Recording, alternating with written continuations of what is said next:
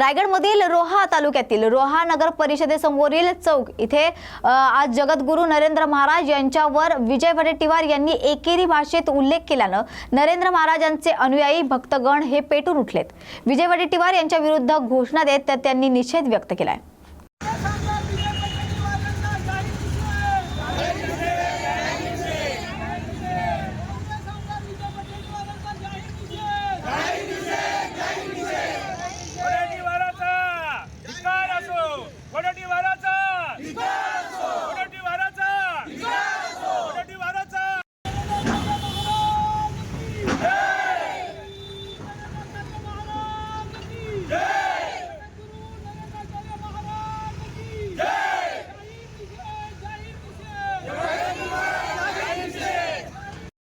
पहिल्यांदा विजय वडेट्टीवार यांचा जाहीर निषेध करीत आहोत। जाहीर निषेध तो एवढा मोठा नाही आहे। जगद्गुरू नरेंद्राचार्य महाराज हे प्रभू रामचंद्राचे अवतार असून त्यांनी त्यांच्याबद्दल जे अपशब्द वापरले त्यांचा आम्ही जिल्ह्याच्या तालुक्याच्या वतीने आणि आम्ही संपूर्ण साम्राज्याच्या वतीने त्यांचा आम्ही निषेध करीत आहोत। काय तुमची मागणी सरकारकडे तक्रार दाखल करावी काय? आम्ही सरकारकडे एक मागणी आहे की त्यांनी माऊलींची जाहीर माफी मागावी। त्यांच्याकडे आम्ही पूर्ण विनंती करून ते जर नाही विनंतीला मान दिला तर आम्ही पूर्णपणे मंत्र्याला पण आम्ही मोर्चा करणार आहोत। वडेट्टीवार हे त्यांच्या पदाला सदस्य असं बोलणं गरजेचं आहे, कारण कसं माहिती आहे ज्यांच्याबद्दल तुम्ही बोलताय ते कोण आहेत आणि तुमचं तेवढं बोलण्याचं मानस्पद आहे का? कारण जे जगद्गुरू नरेंद्रजी महाराज करतायत त्याप्रमाणे तुम्ही समाजकार्य करणं गरजेचं आहे किंवा त्यांच्याबद्दल वक्तव्य करताना काही गोष्टीचं आपण भान राखणं गरजेचं आहे। कारण कसं आहे समाजामध्ये बोलणारे आणि करणारे हे खूप वेगवेगळे असतात, त्यामुळे तुम्ही बोलणं आणि करणं ह्याच्यामध्ये भान राहणं गरजेचं आहे आणि त्या गोष्टीचं मान राखून आपण समोरच्याला एकेरी शब्दांनी उल्लेख करणं हे चुकीचं आहे। त्याचा आम्ही जाहीर निषेध करतोय। विजय वडेट्टीवारांनी माफी मागणं हे त्यांच्या माफी मागणं गरजेचं आहे। जर त्यांनी माफी मागितली नाही त्यांच्यावरती आम्ही कायदेशीर मार्गाने त्यांच्याकडे कायदेशीर कारवाई करण्याचा प्रयत्न करू आणि बाकीचं त्यांच्या घरावरती आणि मंत्रालयामध्ये आम्ही मोर्चा करण्याचं आमचा मानस आहे। उद्धव ठाकरे हे आता असे बोलतायत महाविकास आघाडी सरकारच्या 1000 बाबी आमच्याकडे आहेत असं वक्तव्य चंद्रशेखर बावनकुळे यांनी केलंय। पण आता आरोप प्रत्यारोपांचे दिवस राहिले नाहीयेत। आमच्या सरकारला जनतेने बहुमत दिलंय, प्रचंड मोठा माइंडगेम आहे, 52% वर आम्हाला मतं मिळाली आहेत। आज आमचा फोकस हा आरोप प्रत्यारोपांवर नाहीये। देवेंद्र फडणवीस यांचं सरकार आम्ही जे वचन लोकांना दिले आहेत वचनपूर्ती करता मी आता काम करतोय आणि आमच्यावर आरोप केले का नाही केले या भानगडीत आम्हाला पडायचं नाहीये। विकसित महाराष्ट्र संकल्पनेनुसार काम करायचंय। देवेंद्र फडणवीस यांच्या नेतृत्वाखालील सरकार मराठवाडा विदर्भ संपूर्ण महाराष्ट्रात विकास कसा करता येईल याकरिता आमच्या यावर फोकस असेल असंही त्यांनी यावेळी म्हटलंय। आज एक गौप्यस्फोट केलेला आहे। 2 मर्सिडीज दिल्यानंतर ठाकरेकडे पद भेटत होतं। नाही, मला त्याबद्दल काही माहिती नाही आणि नीलमताई काय बोलला हे मला माहिती नाही, त्यामुळे नीलमताई काय बोलला त्यांनाच विचारलं पाहिजे। माणिकराव कोकाटे आणि धनंजय मुंडेचं रक्षण करणं हे भाजपाचं हिंदुत्व आहे का असं उद्धव ठाकरे यांनी सवाल केला। उद्धव ठाकरे आता असेच बोलत राहतात। त्यांच्या महाविकास आघाडीच्या सरकारच्या वेळेस 1000 बाबी आमच्याकडे आहेत, पण आता आरोप प्रत्यारोपाचे दिवस नाही। आमच्या सरकारला जनतेने बहुमत दिलं आहे, प्रचंड मोठा मॅन्डेट दिला आहे, 52% वर मतं आम्हाला मिळाले आहे महाराष्ट्रामध्ये। आज आमचा फोकस आरोप प्रत्यारोपावर नाही आहे। आज माननीय देवेंद्र फडणवीसचं सरकार हे आम्ही जे वचन लोकांना दिले आहे ते वचन पूर्ती करता आम्ही आता काम करतो आहे। आता आम्हाला आरोप कोणी केला आणि कोणी प्रत्यारोप केला पडायचं नाही आहे। आम्हाला विकसित महाराष्ट्र संकल्पाला काम करायचं आहे। माननीय देवेंद्र यांच्या नेतृत्वातलं सरकार मराठवाडा विदर्भ संपूर्ण महाराष्ट्राचा विकास कसा करेल याकरता आमचा फोकस आहे। महसूल आयुक्त कार्यालय चर्चा सुरू झाल्यानंतर लातूरमध्ये विरोध सुरू झाला नाही, एखाद्या वेळी विरोध होईल, पण आम्ही चर्चा करू। लातूरच्या आपल्या सर्व लोकप्रतिनिधी चर्चा करू, नांदेडच्या लोकप्रतिनिधी चर्चा करू, पण मराठवाड्याला न्याय द्यायचा असेल तर एक विभागीय आयुक्त कार्यालय या भागात असलं पाहिजे। शेवटी संभाजीनगरला विभागीय आयुक्त कार्यालय 8 जिल्ह्याचं असणे त्यापेक्षा नांदेड लातूर हा भाग महत्त्वाचा आहे आणि आम्ही लोकप्रतिनिधी बसून मार्ग काढू आणि माननीय मुख्यमंत्र्यांची बैठक होईल, पण एक विभागीय आयुक्त कार्यालय मात्र या जिल्ह्यामध्ये झालं पाहिजे। म्हणजे या 4 जिल्ह्याला न्याय मिळाला पाहिजे याकरता माझं लक्ष आहे आणि त्याकरता मी पुढाकार घेणार आहे। आज तर सांगता येणार नाही ना। आज मला सर्व लोकप्रतिनिधींशी बसावं लागेल, माननीय मुख्यमंत्र्यांशी बोलावं लागेल, सरकार म्हणून निर्णय घ्यावा लागतो. त्यामुळे सरकार म्हणून जेव्हा निर्णय घेतो तेव्हा सर्व जनप्रतिनिधी भौगोलिक परिस्थिती काय आहे, भौगोलिक सेंटर काय होईल, कुठल्या भागात आपण जास्त सेवा देऊ शकू, कुठल्या भागातून जास्त लक्ष केंद्रित होईल, या सर्व बाबीचा विचार केला पाहिजे. लातूर की नांदेड हा वाद नाही आहे. महत्त्वाचा विषय आहे की 8 जिल्हे संभाजीनगरला आहे. मला वाटतं ते आपण डिव्हिजन केलं पाहिजे, या मताचा मी आहे. लवकरच याचा निर्णय होईल. देशमुख कुटुंबीय 25 तारखेपासून अन्नत्याग आंदोलन करते. नाही, मला वाटतं की संतोष देशमुखच्या हत्ये प्रकरणामध्ये महाराष्ट्र सरकारने ज्या ज्या बाबी पाहिजे त्या बाबी सर्व ठरवण्याचा प्रयत्न केला आहे. काही अजून त्यांची मागणी असेल परिवाराची ती पूर्ण करू, पण आमच्या सरकारने देवेंद्रजींनी ज्या ज्या चौकशा तिथल्या जनप्रतिनिधींनी मागितल्या, माननीय देशमुख परिवारांनी मागितल्या, त्या सर्व बाबी आमचं सरकार पूर्ण करत आहे. ज्या ज्या चौकशा अपेक्षित आहेत त्या चौकशा आमच्या सरकारने सुरू केल्या आहेत. आणि मला विश्वास आहे की संतोष देशमुख यांच्या हत्येचा जे आरोपी आहेत, कुठलाही आरोपी हा कोर्टातून सुटणार नाही. फाशीची शिक्षा होईपर्यंत आमचं सरकार मागे लागणार आहे आणि कुठलाही पुरावा नष्ट होणार नाही, कुठलाही पुरावा कमी राहणार नाही याची काळजी आमचं सरकार घेत आहे, माननीय देवेंद्रजी घेत आहे. त्यामुळे मला असं वाटतं जास्त फोकस आमचा हा आहे की कोणताही मारेकरी सुटू नये, तो फाशीबद्दल गेला पाहिजे याकरता आम्ही काम करतोय. नांदेड जिल्ह्यातील पोलीस कर्मचाऱ्यांच्या शासकीय वाहनांच्या दयनीय अवस्था वारंवार पाहायला मिळते. अनेक गाड्या नादुरुस्त तर अनेक गाड्या ह्या ढकल स्टार्ट कराव्या लागतात. तर अशाच एका पोलिसांच्या गाडीचा व्हिडिओ आता समाज माध्यमावर व्हायरल होतोय. अर्धापूर ते तामसा रस्त्यावर 2 टिप्परची समोरासमोर धडक झाली. ही माहिती वसमत फाटा येथील महामार्ग पोलिसांना कळाली आणि महामार्ग पोलीस मदत कार्यासाठी घटनास्थळी रवाना झाले. पोलिसांनी आपले कर्तव्य बजावले, मात्र पोलिसांच्या गाडीने आपला थांबा तिथेच थांबवला. शेवटी शर्तीचे प्रयत्न करून गाडीला ढकल स्टार्ट करावं लागलं. कर्मचारी आपले काम बजावतात, मात्र त्यांना मिळणाऱ्या सुविधा या अशा मोडक्या तोडक्या असतील तर कर्तव्य तरी कसे करतील असा प्रश्न या ठिकाणी उपस्थित होतोय. आणि वरिष्ठ अधिकाऱ्यांनी या बाबींना गांभीर्याने घेत पोलिसांची वाहनं सुस्थितीत करावी अशी मागणी समोर आली आहे. नांदेडच्या अर्धापूर ते तामसा महामार्गावर लोण शिवारात ट्रक आणि टिप्परची समोरासमोर धडक झाली आहे. या अपघातात टिप्पर चालक हा टिप्पर मध्ये अडकलाय. चालकाला बाहेर काढण्यासाठी जेसीबी आणि कट्टरच्या सहाय्याने त्याला बाहेर काढण्यात आलं. दोन्ही गाड्यांच्या समोरच्या भागाचा अक्षरशः चुराडा झालाय. मागील 1 तासापासून चालक आत अडकला असून या अपघातात सुदैवाने कुठलीही जीवितहानी झाली नाहीये. ग्राम स्वच्छतेचा मूलमंत्र देणारी वैराग्य मूर्ती संत गाडगेबाबा यांच्या जयंतीनिमित्त एक वैचारिक शिबिर आयोजित करण्यात आलं होतं. त्यानिमित्ताने संत गाडगेबाबा यांच्या जीवनावर आधारित सत्यशोधक विचार बोध परीक्षा घेण्याचं आयोजन केलं होतं. या निमित्ताने अध्यक्ष म्हणून डॉक्टर अंजली गवारले यांना आमंत्रित केलं होतं. परीक्षा केंद्र प्रमुख मधुसूदन कोवे गुरुजी, त्याचबरोबर अध्यक्ष ग्राम स्वराज्य महामंच आणि विशेष अतिथी कुंडा तोडकर उपस्थित होत्या. तर सत्यशोधक विचार शोध परीक्षा घेण्यासाठी जिल्ह्यात विविध ठिकाणी परीक्षा केंद्र निर्माण केले होते आणि संत गाडगेबाबा यांच्या जीवन कार्याचा लेखाजोखा जयंतीच्या माध्यमातून विद्यार्थ्यांना आणि समाजातील विविध घटकांना माहिती व्हावा यासाठी हा उपक्रम आयोजित केला होता. त्यांच्या नियोजन समितीचे जिल्हाध्यक्ष मधुसूदन कोवे गुरुजी आणि संयोजक रविकुमार भोंगाडे आणि सहसंयोजक प्रकाश डब्बावार देखील या ठिकाणी उपस्थित होते. त्यासाठी राष्ट्रशक्ती फिल्म प्रोडक्शन आणि आधार फाउंडेशन यांच्या संयुक्त विद्यमानाने आपण त्यांच्या विचारबोध परीक्षेचं आज आयोजन केलं आहे. तर चला आपण आता लवकरच परीक्षेला सुरुवात करत आहे. आपल्या सर्वांना परीक्षेसाठी माझ्याकडून बेस्ट ऑफ लक आणि एकदा परत आपण गाडगेबाबांच्या विचाराला उजाळा देत आज आपलं हे समर्पण आहे त्यांच्या जयंतीच्या दिनानिमित्त. जय गाडगे महाराज. काँग्रेसचे आमदार विजय वडेट्टीवार यांचा जालन्यात निषेध नोंदवण्यात आलाय. तर जगद्गुरू नरेंद्र रामानंदाचार्य आचार्य महाराज यांचा एकेरी उल्लेख केल्याबद्दल जालन्यात निषेध मोर्चाला सुरुवात झाली.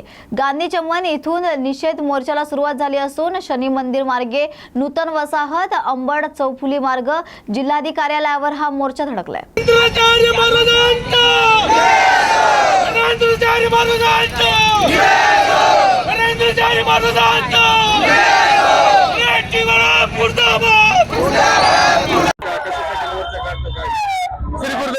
सर्वप्रथम त्या वंदनीतेवारनं स्वामीजीसाठी जे अपशब्द वापरलेला आहे, तो अपशब्द वापरल्यामुळं हा सर्व संप्रदाय जगद्गुरू नरेंद्राचार्य महाराजांचे या ठिकाणी करोडो भक्तगणे संपूर्ण हिंदुस्थानामध्ये भक्तगणे आणि सर्व भक्त प्रत्येक जिल्ह्यामध्ये एकत्र झालेले आणि आमची सर्वांची हीच मागणी आहे की त्या वंगेटीवारचा त्या पार्टीला त्याचा राजीनामा घ्यावा आणि राजीनामा घेऊन त्याला दंडित सुद्धा करावं आणि त्या वंगेटीवारनं जगद्गुरू नरेंद्राचार्य महाराजांची क्षमा मागावी.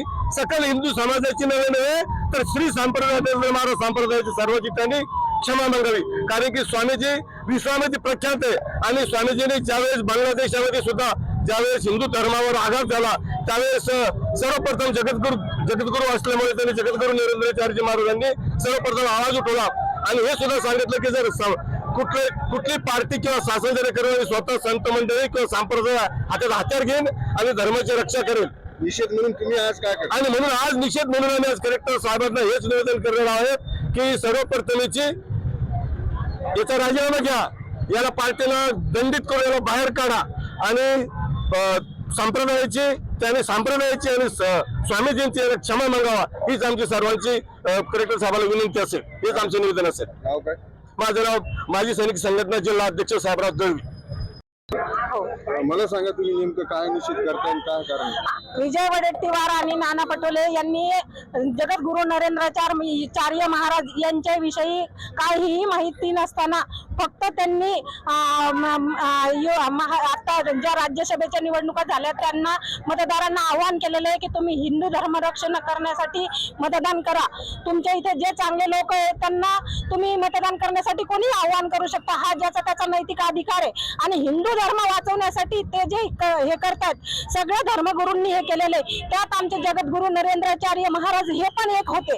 तर ते सगळ्यांनाच हे काँग्रेसवाले असो किंवा हे वडेट्टीवार असो त्यांना कुणीही नैतिक अधिकार दिलेला नाहीये की तुम्ही त्यांचे नैतिक अधिकार काढून घ्यायचे आणि हे द्यायचा. अपमानजनक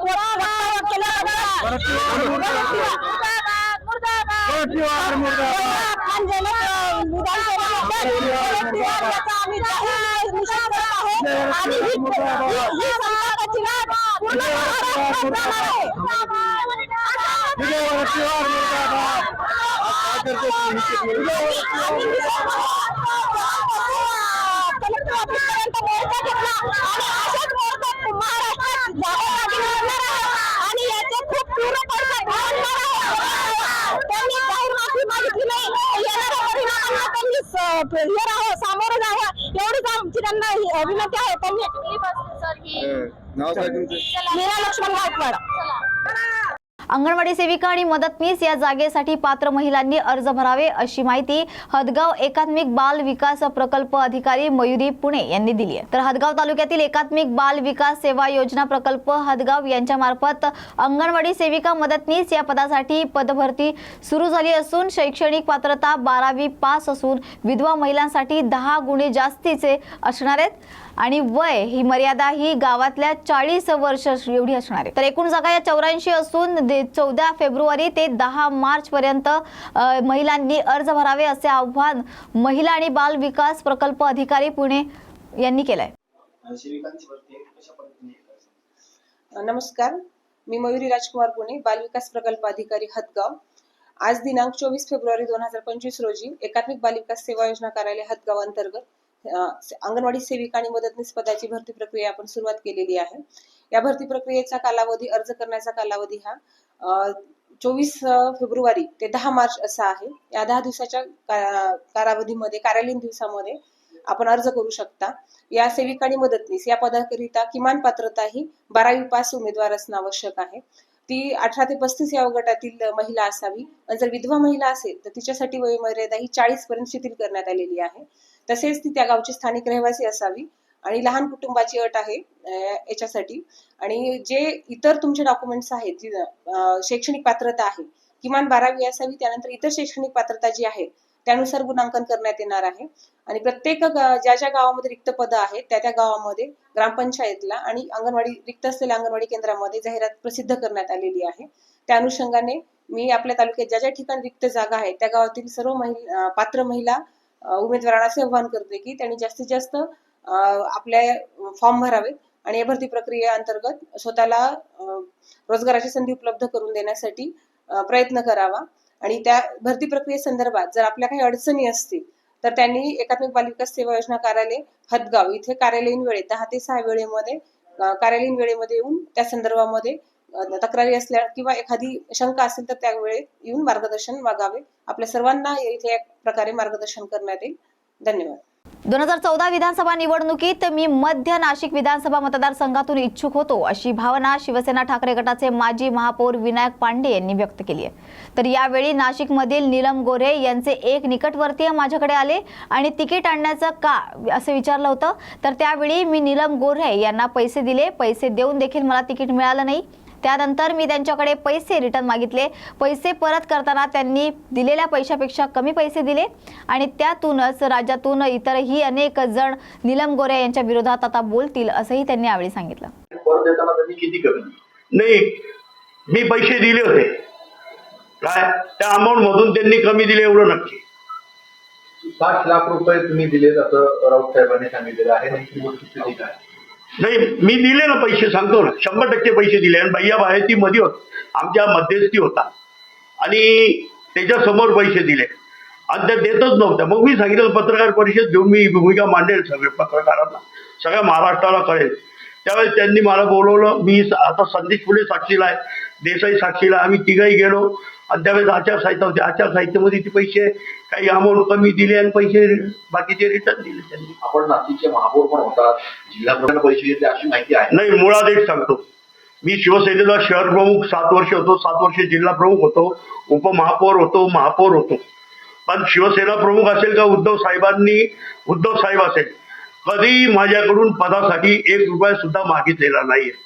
फक्त त्यांनी एवढं बघितलं का एक चांगलं काम करतो, चांगलं डॅशिंग कार्यकर्ता आहे म्हणून त्यांनी मला सतत ही पदं देत गेले आणि माझ्यावर म्हणजे शिवसेनेमध्ये एवढं मला जे दिलं ते भरभरून उद्धव साहेबांनी आणि बाळासाहेबांनी दिलेलं आहे.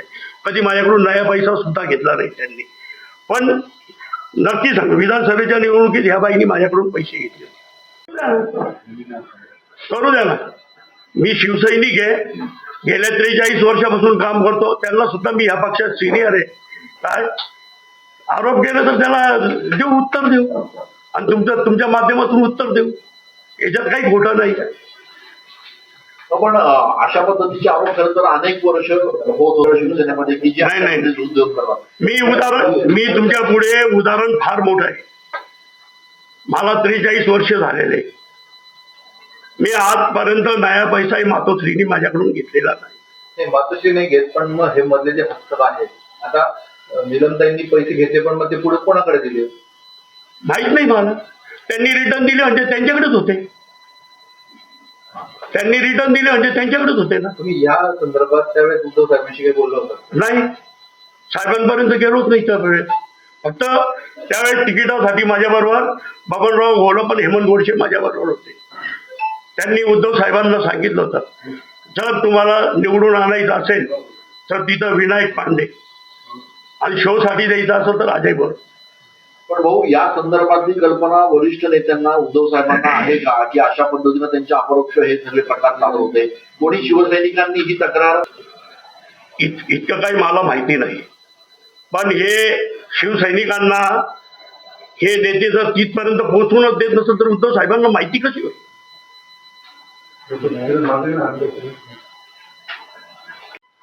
माझ्यासारख्या अशा राज्यामध्ये अनेक प्रसंग आहेत. अनेक कार्यकर्ते पुढे येतील आणि सांगतील या बाईंनी काय काय केलेलं आहे. आपण पुण्याचं पण अशोक हरणार जो गट नेता होता त्याचं सुद्धा ऐकलं. त्याच्याकडून सुद्धा अशाच प्रकारे पैसे वसूल केलेले. म्हणून या ठिकाणी सांगतो का, मुळात त्यांनी जो विषय मांडला दिल्लीत, तो विषय मांडण्याचं व्यासपीठ नव्हतं. ते मराठी साहित्य संमेलन होतं. तिथं मराठी साहित्याविषयी आपली भूमिका मांडायला पाहिजे होती. ती भूमिका त्या बाईला मांडता येत नाही आणि खरोखर त्या बाईची क्यू येते आम्हाला. पण या सगळ्या अनेक नेते पुढे येतील. महाराष्ट्रातले अनेक नेते पुढे येतील. पैशाच्या व्यवहाराशिवाय ही बाई पुढे कार्यकर्त्यांना न्याय द्यायची नाही, हे एवढं सत्य आहे. शिवसेनेचे उद्धव ठाकरे आणि नीलम गोऱ्हे आणि मधल्यामध्ये हे सगळे उद्योग करायचे असा काही नेत्यांचा आरोप आहे. नाही, मला तर मातोश्रीचे दरवाजे कायम खुले. लहानपणापासून मला 43 वर्ष झाले, मी शिवसेनेत काम करतोय. बाळासाहेबांबरोबर काम केलेलं, उद्धव साहेबांबरोबर पण काम करतोय मी. पण एक सांगतो, मला मातोश्रीचे दरवाजे कायम खुलले. पण काही कार्यकर्ते बिचारे असे नवीन नवीन आलेले आणि त्यांना काही अपेक्षा असतं पद वगैरे सत्तेत जाण्याचं, तर त्यावेळेस जी ही बाई ज्या ज्या ठिकाणी संपर्क नेता होती त्या ठिकाणी अशी अवस्था झालेली का मातोश्रीपर्यंत ही बाई कार्यकर्त्यांना पोहोचून द्यायची नाही. त्यांना पैसे देण्यात तिकिटासाठी पैसे दिले त्यांनी. मग त्यांनी काय नेमकं सांगितलं होतं, काय त्यांनी कार्यकर्त्यांना किंवा तिकीट मिळवतात ते काय सांगायचे की ज्याच्यामुळे अशा पद्धतीनं नाईलाज असतो तुम्हाला तिथपर्यंत पैसे द्यावे लागायचे? नाही, स्पर्धा होती ना. इकडे अजय बरोस्तेला, इकडे मी होतो. या स्पर्धेमुळे ते हे लोक फायदा घेतात. पण काय म्हणलं तर निगम बोले तुमची? ते बोले ना, तिकीट 100% देते मी करून तुझं. मग मिळालं नाही, तिकीट नाही मिळालं. अजय बरोस्ते न मिळालं त्यावेळेस. त्यांनी हे पैसे कोणाला देणार, कोण काम करणार हे बोलल्या तर काहीच नाही त्यावर.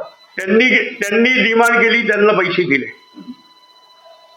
मी तुम्हाला सांगतो ना, ज्या वेळेस मी शहर प्रमुख झालो, जिल्हा प्रमुख झालो, उपमहापौर झालो, महापौर झालो, म्हणजे बाळासाहेब असेल का उद्धव साहेब असेल, मी आधीही सांगितलंय माझ्याकडून कधी रुपया सुद्धा मागितलेला नाहीये.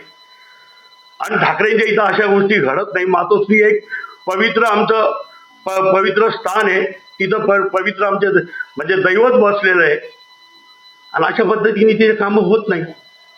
नीलम गोरे यांनी काल जे काही पैसे त्यांनी तुमच्याकडनं सुद्धा काही डिमांड केली होती, नेमकी काय वस्तुस्थिती आहे, काय याच्या मागची थोडी कहाणी? नाही, खरं तर 2014ची विधानसभेची निवडणूक लागली आणि त्या निवडणुकीमध्ये मी आणि अजय बोरस्ते आम्ही दोघं मध्य नाशिकमधून इच्छुक होतो आणि दोघंही उमेदवारीसाठी प्रयत्न करीत होतो. तर नाशिक रोडला एक भैया बाहेती म्हणून नीलमताईंचा कार्यकर्ता होता. त्या भैया बाहेतींनी मला सांगितलं, भाऊ आपल्याला नीलमताईकडं तिकिटासाठी हे करायचं का? म्हटलं 100% आपल्याला प्रयत्न करायचे. तर त्यावेळेस नीलमताईकडे भैया बाहेती यांनी मला नेलं आणि त्यावेळेस भैया बाहेतीचं माझं आणि नीलमताईंचं बोलणं झालं. त्यावेळेस माझं नीलमताईंचं बोलणं झालं आणि त्याच्यात त्यांनी सांगितलं का इतके पैसे द्या, मी तुम्हाला उमेदवारी आणून देते. त्या पद्धतीने काही अमाऊंट आम्ही त्यांना पोस्ट केली. पोस्ट केल्यानंतर काही दिवसांनी अजय बोरस्ते यांना मध्य नाशिकमधून उमेदवारी भेटली आणि उमेदवारी भेटल्यानंतर गेली 15-20 दिवस झाले. तर मी नीलमताईंना 1-2 फोन लावले. नीलमताईंनी काही रिप्लाय दिला नाही. तर मग मी त्यांना सांगितलं, ताई असा विषय आहे, नाहीतर मग मी पत्रकार परिषद घेईन आणि पत्रकार परिषदेमध्ये हे सगळं मांडेल. त्यावेळेस त्यांनी मला सांगितलं का माणूस पाठवा आणि मी पैसे देते. त्या पद्धतीने मी असेल, आमचा संदेश फुले, राजेंद्र देसाई, आम्ही तिघही तिथे गेलो. आमदार निवासला मनोऱ्याला त्यांची गाडी आली, त्यांचा ड्रायव्हर आला. त्यातून मला त्यांनी माझे पैसे दिले, पण त्या पैशामध्ये पण काही अमाऊंट कमी दिली. अशा पद्धतीने त्यांनी माझ्याकडून केलं. तुम्ही त्यांना किती? मी सांगतो ना, मी उपमहापौर पण झालो, महापौर पण झालो ना. मला या गोष्टी कधीच कराव्या लागल्या नाही. फक्त तिथं कार्यकर्ता जो असतो ना, कार्यकर्त्यांना बरोबर न्याय मिळतो, एवढं नक्की. दिले होते, कशासाठी दिले होते, परत एकदा आम्ही डेट आहे सविस्तर सांगाल. पोलीस अधीक्षकांचा निरोप आला आहे आणि त्या निरोपानुसार गावकरी आणि आम्ही SP यांच्या ऑफिसला जाऊन भेट देणार आहोत, अशी माहिती धनंजय देशमुख यांनी दिली आहे. तर यापुढे आंदोलकांची दिशा ठरवणार आहोत. सकारात्मकता दाखवली तर गावकरी विचार करतील. सर्वजण आंदोलनात सहभागी होणार आहेत, साखळी पद्धतीने आंदोलनात सहभागी होतील, असंही त्यांनी यावेळी सांगितलंय. जे आंदोलन आहे उद्याचं आणि जे निवेदन दिलेलं आहे SP साहेबांना, तहसीलला व केज पोलीसला, त्या संदर्भात SP साहेबांचा निरोप आलेला आहे की आम्हाला तुम्हाला भेटायची इच्छा आहे आणि चर्चा करायची इच्छा आहे. त्यावर गावकरी आणि शिष्टमंडळ हे दुपारी 12च्या नंतर SP ऑफिसला जाणार आहे आणि प्रामुख्यानं ते काय या आंदोलनावर बोलणार आहेत किंवा ज्या मागण्यावर बोलणार आहेत त्यावर पुढचं जे उद्याची काही दिशा आहे आंदोलनाची ते ठरणार आहे. त्यांनी सकारात्मक सगळ्या गोष्टी सांगितल्या, त्याच्यात सगळी सकारात्मकता दाखवली आणि पुढील काय उपाययोजना आहे किंवा आरोपी किती दिवसात पकडणार आहेत, पुढील काय काय मागण्या कशा पूर्ण जाणार आहेत यावर जर चर्चा केली तर गावकरी प्रामुख्याने त्याच्यावर विचार करतील. कसं स्वरूप उद्याच्या आंदोलनात असणार आहे? साधारणतः किती गावकरी तसेच आजूबाजूच्या गावचे लोक काही सहभागी होणार आहेत? सर्वच लोक इथं सहभागी होणार आहेत. इथं जे बसायची व्यवस्था आहे, ज्या ठिकाणी आपण बसतोय, तर तिथं जेवढे लोक बसतील तेवढे लोक तर इथं बसणार आहेत. परंतु म्हणजे मला जास्त त्याच्यातलं माहीत नाही. गावकऱ्यांनी जे नियोजन केलंय त्याच्यात काही साखळी पद्धतीनं पण आंदोलनाची दिशा असेल असं देखील मला म्हणजे कळतंय. तर त्यामुळे जिथे इथं जेवढी व्यवस्था आहे तेवढे लोक इथं ॲट ए टाइम बसतील. जरांगे पाटील असतील किंवा कुणी राजकीय नेते मोठे सहभागी होणार आहेत का? तसं काही निरोप आलाय का गावकऱ्यांकडे? नाही, सर्व घटकातील लोक समावेश असणार आहे या आंदोलनात, परंतु असं काही कुणाचा निरोप नाही. नमस्कार, मी प्रतीक्षा. न्यूज मराठी 24/7 मध्ये आपल्या सर्वांचं स्वागत. तर एक नजर टाकूया आजच्या महाराष्ट्र बुलेटिनवर. जगद्गुरू श्री नरेंद्राचार्य महाराज यांच्याबद्दल काँग्रेस नेते विजय वडेट्टीवार यांनी केलेल्या अपमानास्पद वक्तव्यामुळे त्यांच्या अनुयायांमध्ये संतापाची लाट उसळली आहे. मुंबई उपनगरीय सहपालकमंत्री मंगलप्रभात लोढा यांच्या उपस्थितीत त्यांनी जिल्हाधिकारी कार्यालयात तक्रार दाखल केली आहे. मंत्री लोढा यांनी सांगितलंय की पोलीस तक्रार देखील दाखल केली जाईल. अनुयायांनी वडेट्टीवार यांच्याकडून जाहीर माफी मागण्याची मागणी त्यांनी केली आहे. तर मंत्री मंगलप्रभात लोढा म्हणाले की विजय वडेट्टीवार आणि त्यांच्या सहकाऱ्यांना हिंदू धर्म, श्रद्धा आणि आध्यात्मिक नेत्यांविरुद्ध अनादरपूर्ण भाषा वापरण्याची दीर्घकाळापासूनची सवय आहे. त्यांचे नवीनतम विधान अस्वीकार्य आहे आणि संपूर्ण महाराष्ट्रात व्यापक संताप व्यक्त केला जातोय. मी त्यांच्याशी संपर्क साधण्याचा प्रयत्न केला पण त्यांच्याशी संपर्क साधू शकलो नाहीये. आता मी त्यांना वैयक्तिकरित्या भेटून माफी मागणार आहे. नरेंद्राचार्य महाराजांनी हिंदू समाजात मोठं योगदान दिलंय. विविध संस्थांच्या माध्यमातून त्यांनी भारतात आणि परदेशात लोकांची सेवा केली आहे, ज्याची कदाचित वडेट्टीवारांना माहिती नसेल असंही ते यावेळी म्हणाले. जगद्गुरु नरेंद्राचार्य महाराज साहब से बदल ये विजय वडेट्टीवार ने अपशब्द काढलेला आहे ते काही नवीन नाही आहे. ते पूर्वीपासून त्यांच्या सहकार्याच्या मनामध्ये हिंदू धर्माच्या प्रति अभिमानाची भावना आहे. हा त्यांच्या परत एक वेळा प्रगटीकरण आहे. आता यावेळी ज्याने ते केलं आहे ते अक्षम्य आहे. पूर्ण महाराष्ट्रामध्ये त्यांच्या विरोधामध्ये एक आंदोलन उभं झालेलं आहे.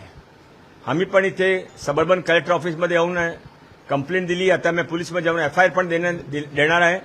आणि क्षीरसागर सबर्बन कलेक्टर आम्हाला सांगितलं आहे की त्याने आमची जे जगद्गुरू नरेंद्राचार्य महाराज साहेबांची संस्थाची जी कंप्लेंट होती ते CP कडे योग्य कारवाईसाठी पाठवणार आहे. मी आता इथे विजय वडेट्टीवारांनी फोन लावला, ते फोन त्याने उचललेला नाही. मी त्याने भेटणार आहे, त्याने बोलणार आहे, त्याने सांगणार आहे की तुम्ही माफी मागा. 7 दिवसाच्या आत त्याने माफी मागली नाही तर त्यानंतर काय होईल त्याने कल्पना नाही आहे त्यांची की हा आचार्य नरेंद्राचार्य महाराज साहेब किती मोठे आहे. त्याने पूर्ण देशामध्ये विदेशामध्ये धर्मासाठी, हिंदू धर्मासाठी जे काही केले, त्यांचे NGO वर्क, त्यांचे लोकांसाठी जे काम केले ते अतुलनीय आहे आणि त्यांच्याबद्दल असा शब्द कोणी माफ करणार नाही. त्याने लगेच माफी मागितली पाहिजे. काँग्रेस प्रदेशाध्यक्ष हर्षवर्धन सपकाळ यांच्या अध्यक्षतेखाली टिळक भवन इथे काँग्रेस जिल्हाध्यक्षांनी बैठक सुरू केली आहे.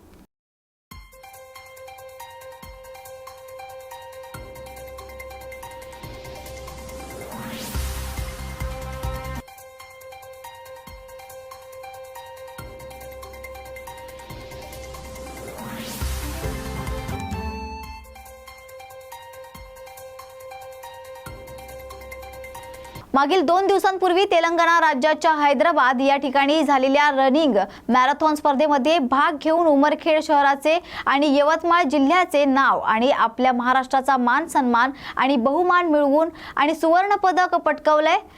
1500 मीटर, 800 मीटर आणि 400 मीटर या 3 स्पर्धेमध्ये सुवर्ण पदक मिळवलेत. सतीश मुडे यांनी शहराचे नावलौकिक आणि यश संपादन केलंय. उमरखेड नगरीच्या वतीने त्यांच्यावर सर्वत्र अभिनंदनाचा वर्षाव केला जातोय.